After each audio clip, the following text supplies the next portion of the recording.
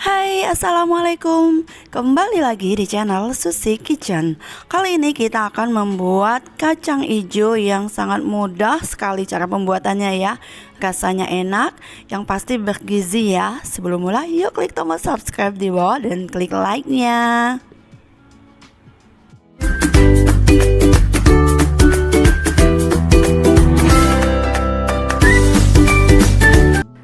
Nah, di sini saya siapkan panci untuk merebus kacang hijau. Di sini saya punya kacang hijaunya 350 gram.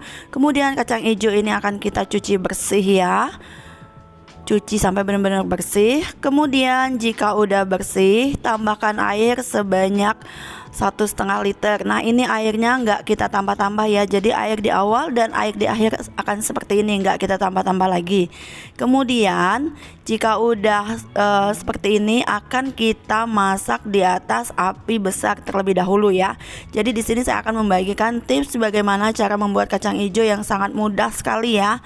Nah, ini di awal kita akan tutup rapat, kemudian kita gunakan api besar sampai dia benar-benar mendidih ya. Nah, ini kemudian kita rebus dengan api besar sampai mendidih. Kemudian jika udah mendidih, coba kita buka apakah dia udah mendidih. Dan ternyata udah mendidih, lalu akan kita kecilkan apinya sekecil mungkin. Kemudian kita rebus selama 30 menit. Nah, ini apinya kita kecilkan. Setelah 30 menit, kita cek hasilnya seperti apa.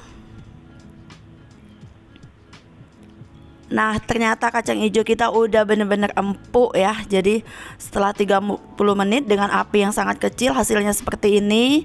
Kacang hijaunya udah mateng. Ini airnya nggak kita tambah lagi ya, kita tambah air santan aja nanti. Ini saya punya santan, santannya santan beku, karena saya simpen santan beku ya.